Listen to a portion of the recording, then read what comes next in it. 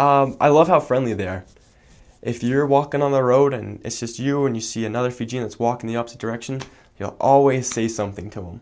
Or they'll always say something to you, whether it be iyo or mbula or salakamanwango. They'll say something to you.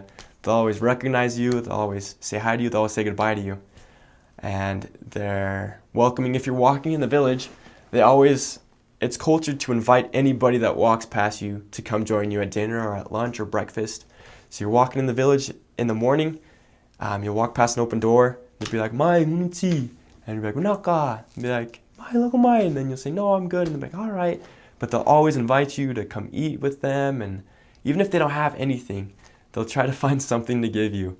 They're just generous. They don't care about the temporal things in life so much. They don't care about money. They don't care about status or wealth. They just care about their families, and they care about God and about helping others out, and because they know that those are the things that really give them happiness. So I love that. I love how humble they are. They're just willing to learn and to love. I never met a Fijian that didn't like love you instantly, and I don't know, the love just grows and grows. Every time I got transferred, I cried. I didn't want to leave the people.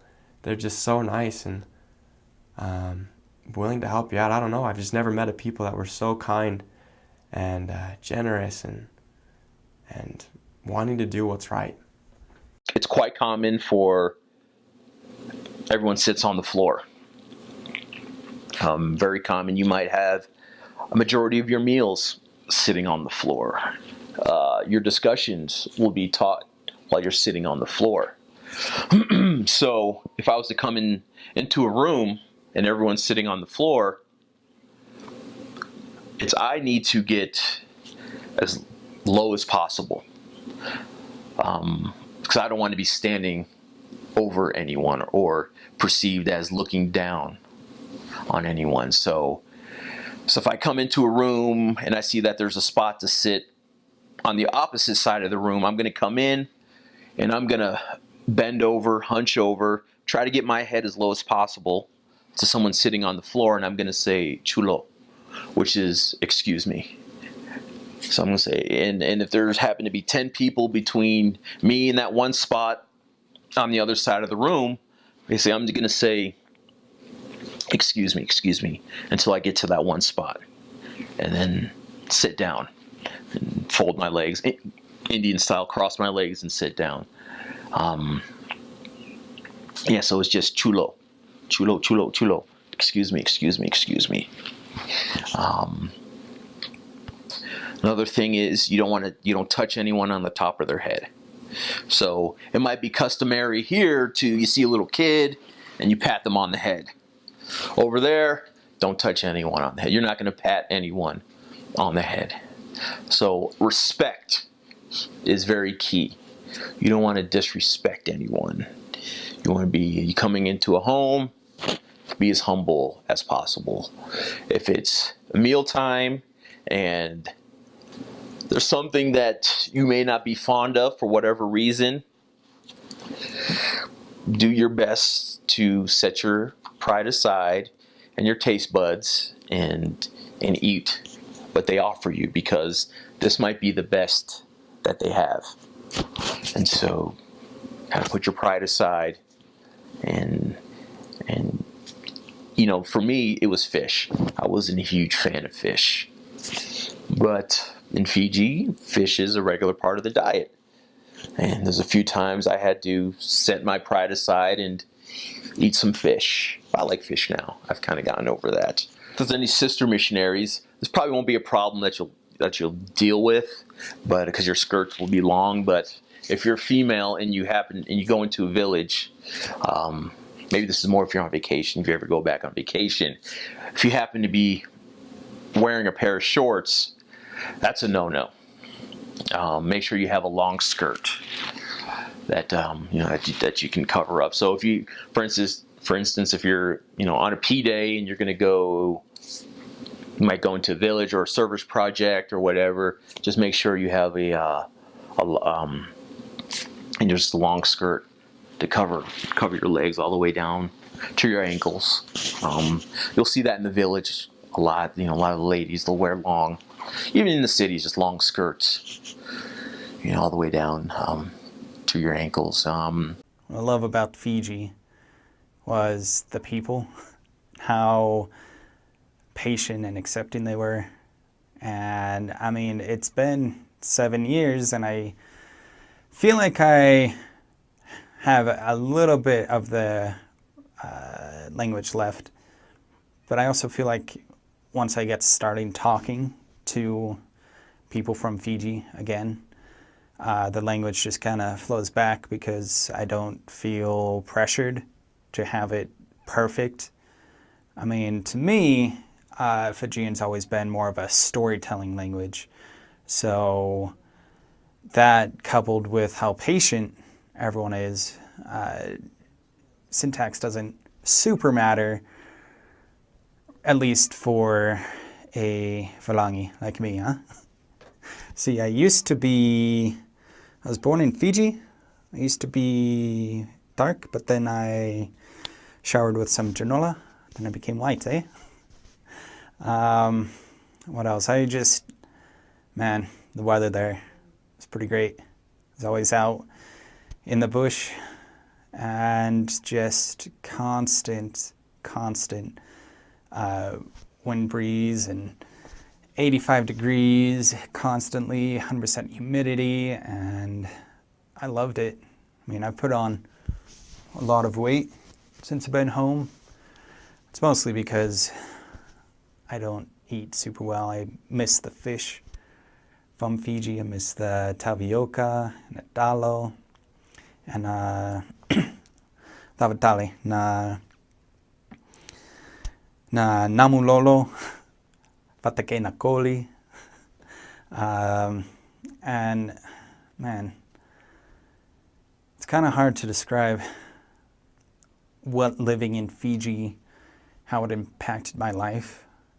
I love telling stories about Fiji. I love sharing my experiences there, but when I'm sat down in front of a camera as I am now, it's a little, I don't know, kind of hard to put it into words, but yeah, I served an LDS mission there, so 2 years. Most missionaries, they just go out and knock on doors all day, every day for 2 years.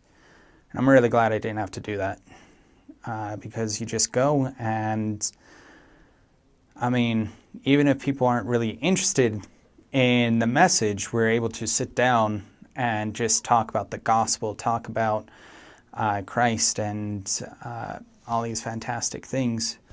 I remember my first area in the island of Luvuka, the town of Ovalau. I was so homesick. I mean, it's the first time I've been that far away from home. I mean, I never really thought of myself as someone who needed to be home, needed to be around family, but when you're halfway around the world and there's no one that I'm familiar with, it was tough, it was brutal. But I remember specifically there's a member of the church, Sister Nunia, and she kind of always took me in, always kind of fussed over me, and always made me, or tried her best to make me feel comfortable in this new country, in this new culture, learning this new language that I felt like I was kind of understanding in the MTC, and then as soon as I got to Fiji, it just, man, kind of threw me for a loop. Levuka was pretty great. My second, or my favorite area, I should say, was Savu, the hidden paradise of Fiji. Man, really loved spending time with the people there. Remember spending time with Vatu and Sisi and their family, and Timothy and Luisa and Teresa and Amalei, and it was really cool. I got to see Amalei came on her mission here to Utah, to Salt Lake, and so I got to visit with her. It was really cool. When I was going around to all the different sisters trying to find her, they're like, "Oh, Sister Talatoka, I love her." I'm like, "Yeah, that's my convert." I mean, Yeah. She did it all herself. First question she asked in the very first lesson was how I knew that Thomas S. Monson was a prophet of God. And just from her being able to question and challenge things and really trying to find the answers, I was pretty excited about that, and I was really hoping that she would get baptized, and she did. And so I could go on and on about Fiji. I miss the Milo and the bisquete.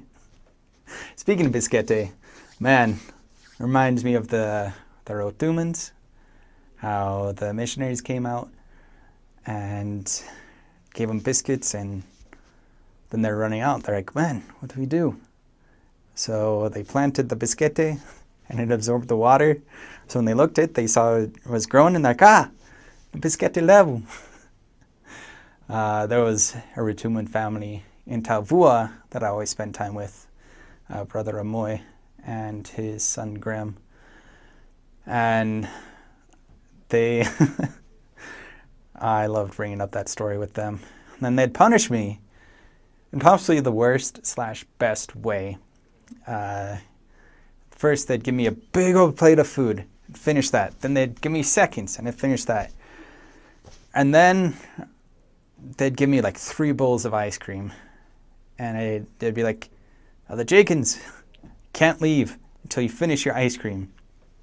Which, I mean, it was ice cream. It was delicious, but I was so full. It was starting to hurt so much. But I didn't want to shy away from that challenge, but eventually I got to the point where I was like, I'm going to throw up, and kept eating. I think I finally got that bowl down. But I mean, I hear stories from missionaries in other countries. They get shot at or threatened or stabbed. And me, I get fed ice cream until I want to throw up.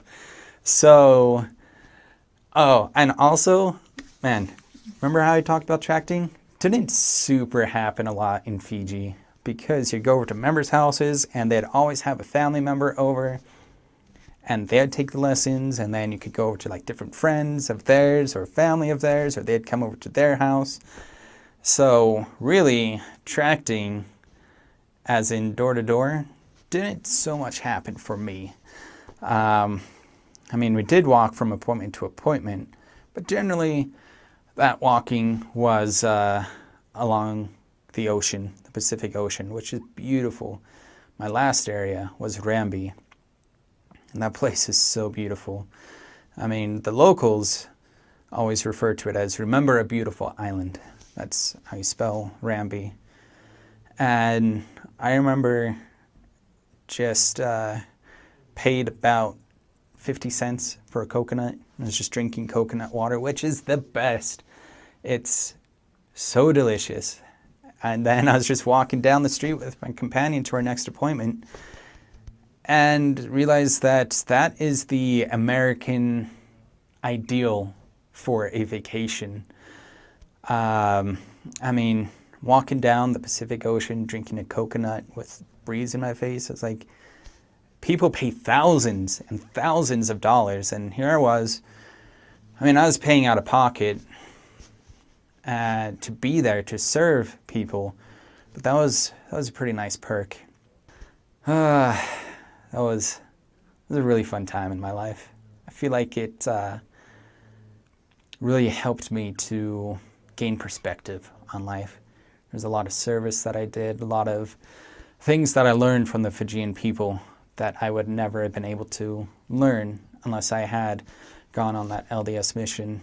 And I mean, I also feel that I got blessed from my Father in heaven as well for putting my life on hold for 2 years. To me, it really wasn't that big of a sacrifice, because my life wasn't really going anywhere anyways. And putting that on hold, going to Fiji and serving, it really was a springboard into everything good that's happened in my life. And now, I mean, recently I've been kind of getting beat down by life, but talking about this reminds me of Fiji, reminds me of how awesome it was, kind of puts that motivation backing me, you know.